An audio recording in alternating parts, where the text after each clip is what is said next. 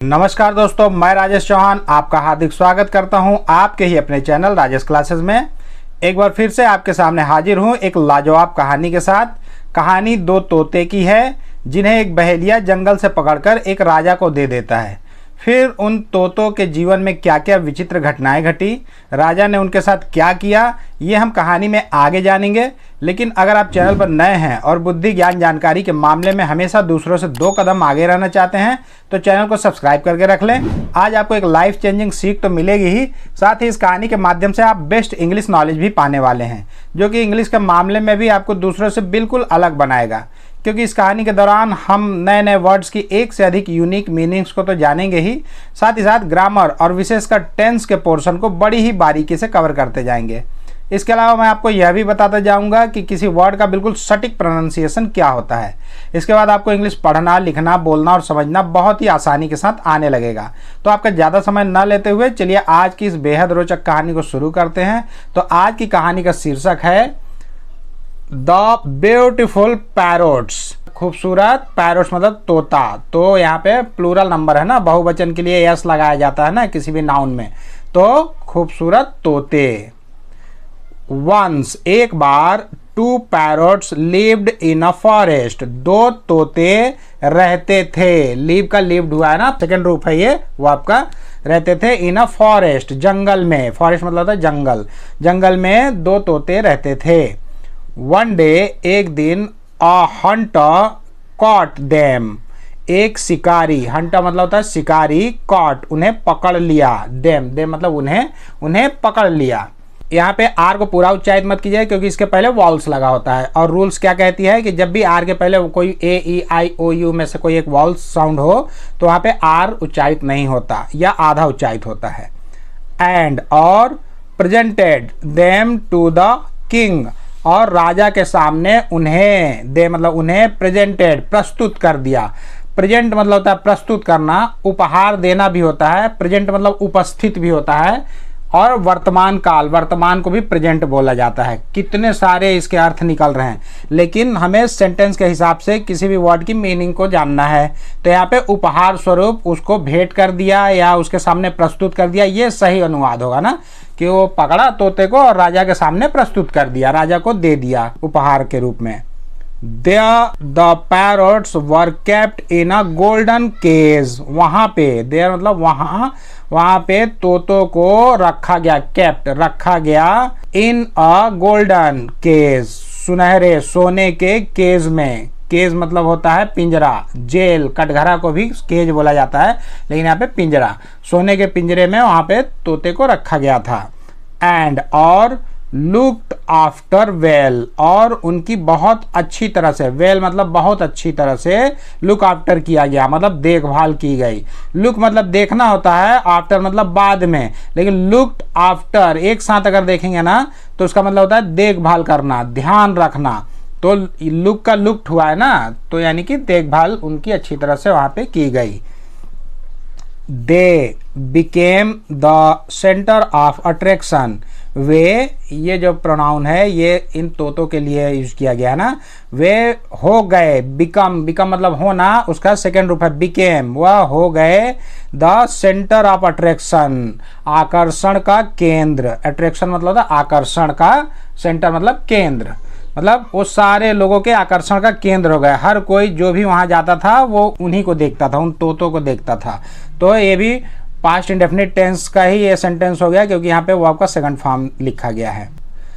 The older parrot said to the younger one.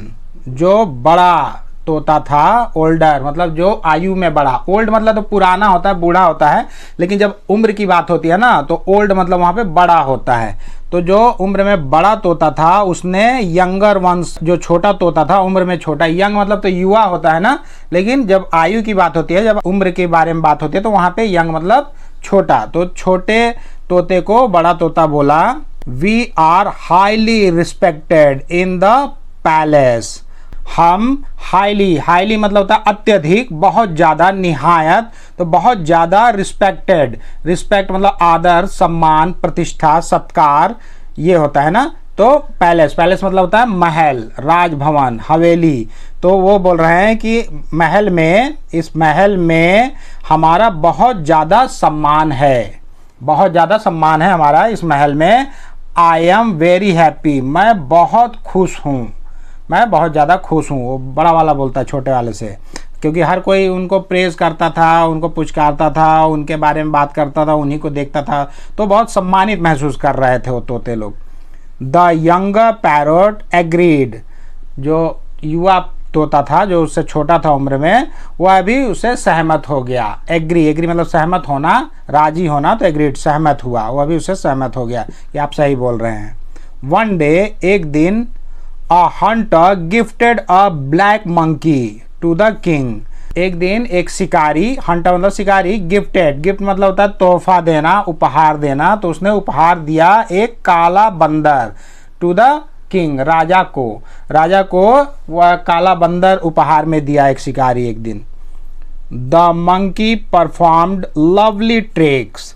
अब जो बंदर था, मंकी मतलब बंदर, परफॉर्म्ड, परफॉर्म मतलब होता है अभिनय करना, तमाशा दिखाना, करतब दिखाना, तो बहुत ही प्यारे प्यारे, लवली मतलब प्यारे, ट्रिक्स, ट्रिक मतलब होता है चाल, करतब, चालाकी, तो बहुत ही प्यारे प्यारे करतब वो वहां पे परफॉर्म किया, प्रस्तुत किया, दिखाया, अभिनय किया। तो जो बंदर था वो बहुत ही प्यारे प्यारे कर्तव्य उसके सामने, राजा के सामने प्रस्तुत किया। एंड सून, और बहुत ही शीघ्र, सून मतलब शीघ्र, जल्दी, और जल्दी he became the centre of attraction, वह हो गया द सेंटर ऑफ अट्रैक्शन, आकर्षण का केंद्र। पहले आकर्षण का केंद्र में कौन थे? ये दोनों तोते थे। अब वो इतने बढ़िया बढ़िया करतब दिखाने लगा, बंदर गुलाटियाँ खाता या बहुत ही अच्छे से करतब दिखाता, अब पूरे दरबारी लोग, राजा, ये सारे लोग अब उसी पर आकर्षित हो गए थे, उसी को ध्यान देते थे, तोते लोग पर ध्यान देना बंद कर दिए थे। तो वह अब बंदर जो है वहाँ के आकर्षण का केंद्र हो गया था। The poor parrots were neglected. अब जो पुअर मतलब तो गरीब होता है ना, गरीब, अभागा, घटिया भी, जो घटिया स्तर का होता है उसको भी पुअर बोलते हैं, लेकिन पुअर मतलब बेचारा भी होता है। तो बेचारे जो तोते लोग थे वो नेग्लेक्टेड, अब उपेक्षित हो गए थे। नेग्लेक्ट मतलब होता है उपेक्षा करना, अनादर करना, अनदेखा करना, मतलब किसी पर ध्यान न देना या तुच्छ समझ लेना, उसको बोलते हैं नेग्लेक्ट। तो नेग्लेक्टेड होने लगे, अनदेखा किया जाने लगा उनको। Now one day the monkey performed such feats before the prince that he got scared. अब एक दिन, नाउ मतलब अब एक दिन, बंदर जो था वो प्रस्तुत किया, परफॉर्म किया, वह अभिनय किया, तमाशा दिखाया। सच मतलब होता है ऐसा, इतना, इस प्रकार का, के समान, बहुत सारी चीज होता है सच मतलब ना। तो इस प्रकार का फीट्स मतलब होता है करतब, कमाल, वीरता के कार्य को भी फीट्स बोला जाता है ना। तो ऐसे कर्तव्य दिखाया उसने, बंदर ने, बिफोर द प्रिंस, राजकुमार के सामने। प्रिंस मतलब होता है राजकुमार, किंग मतलब राजा, प्रिंस मतलब राजकुमार, प्रिंसेस मतलब राजकुमारी, क्वीन मतलब रानी, ठीक। तो राजकुमार के सामने, राजकुमार छोटा होगा तो उसके सामने वो इस प्रकार का प्रदर्शन दिखाया, कर्तव्य दिखाया। दैट मतलब तो वह होता है ना, दैट मतलब जो भी होता है, लेकिन दैट मतलब यहाँ पे की, ऐसा प्रदर्शन दिखाया, ऐसा कर्तव्य दिखाया कि ही गॉट स्केयर्ड, वह स्केयर्ड हो गया, भयभीत हो गया। गॉट मतलब होना, पाना, जाना, तो वह डर गया, भयभीत हो गया। जो कर्तव्य दिखा रहा था बंदर, तो उसको देखकर जो राजा का लड़का था, राजकुमार, वो बहुत ज्यादा डर गया, क्योंकि हो सकता है वो बंदर कैसे दांत उत निपोड़ते रहते हैं और किसी के ऊपर झपटने का अभिनय करते हैं, तो इसी प्रकार कुछ किया होगा, तो राजकुमार जो है बहुत ज्यादा डर गया एकदम। The furious king ordered his man to leave the monkey in the forest. अब जो आग बबूला राजा, फ्यूरियस मतलब होता है आग बबूला, अति क्रुद्ध, मतलब गुस्से से पागल जो हो जाते हैं ना, उसको फ्यूरियस बोला जाता है। ऐसे तो एंग्री मतलब गुस्सा होता है ना, मतलब नॉर्मल गुस्सा कोई करता है तो एंग्री होता है, लेकिन फ्यूरियस मतलब आग बबूला, मतलब बहुत ज़्यादा है। तो उसके लिए ये भाव को समझिए ना। तो इतना ज़्यादा क्रोधित हो गया और राजा, और उसने ऑर्डर दिया, आदेश दिया अपने आदमियों को। मैन का मेन हुआ ना, मैन मतलब आदमी, मेन मतलब बहुत सारे आदमी, प्लूरल नंबर है। तो अपने आदमियों को वो आदेश दिया, टू लीव, छोड़ने के लिए। अब ये टू जो है ना, इसका मतलब होगा के लिए, लीव मतलब होता है छोड़ना, तो छोड़ने के लिए मंकी को, इन द फॉरेस्ट, जंगल में। उसने जंगल में छोड़ने के लिए अपने जो आदमी लोग थे उनको आदेश दिया कि जाओ बंदर को जंगल में छोड़ के आओ। ये साला डरा दिया मेरे बच्चों को। इन टाइम एन वक्त पे, इन टाइम मतलब समय के साथ, कालांतर में, एन वक्त पर, तो कालांतर में समय के साथ the parrots again became the centre of attraction.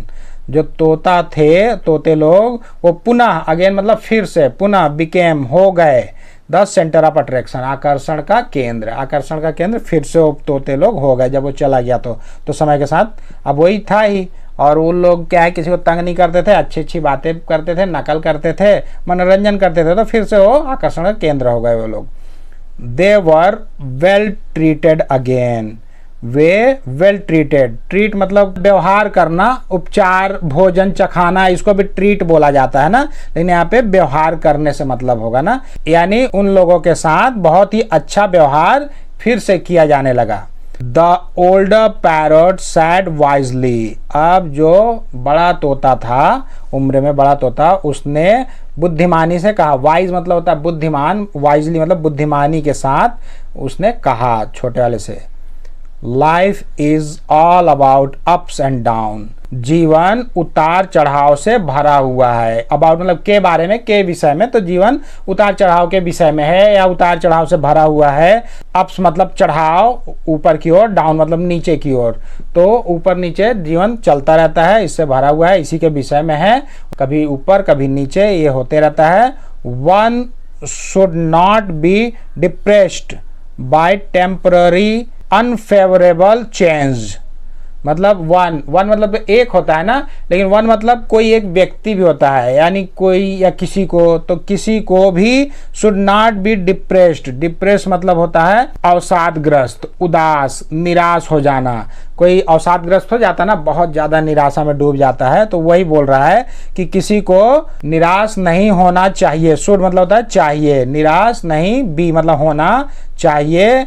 Bye temporary, temporary मतलब अस्थायी, अल्पकालीन, थोड़े समय के लिए, जो अनफेवरेबल, अनफेवरेबल मतलब होता है प्रतिकूल, विपरीत, बुरा।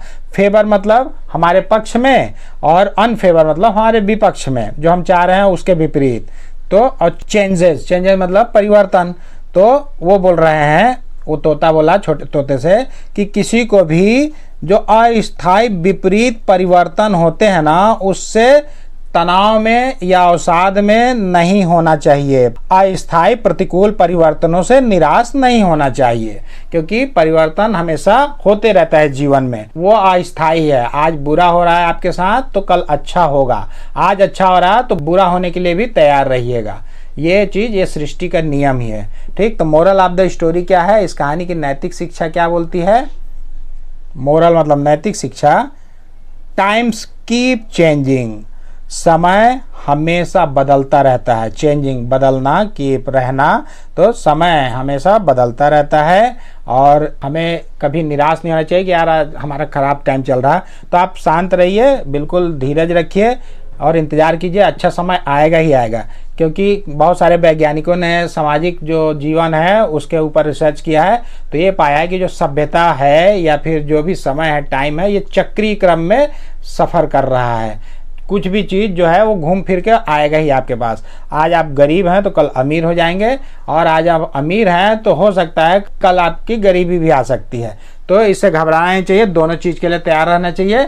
सुख है तो दुख है, दुख है तो सुख है। तो इस वीडियो में आज के लिए बस इतना ही। यदि आज का लेसन आपके जीवन में जरा सा भी वैल्यू ऐड किया होगा तो कृपया वीडियो को लाइक करें, चैनल को सब्सक्राइब करें और बेल आइकॉन को प्रेस करके ऑल पर जरूर सेट कर लें, ताकि मैं जब भी इस तरह कोई वीडियो अपलोड करूं तो उसका नोटिफिकेशन सबसे पहले आपको मिल सके। तो बहुत जल्द मिलते हैं एक और मजेदार और ज्ञानवर्धक वीडियो के साथ। तब तक के लिए आप लोग अपना ध्यान रखें, खुश रहें, मस्त रहें, स्वस्थ रहें। नमस्कार।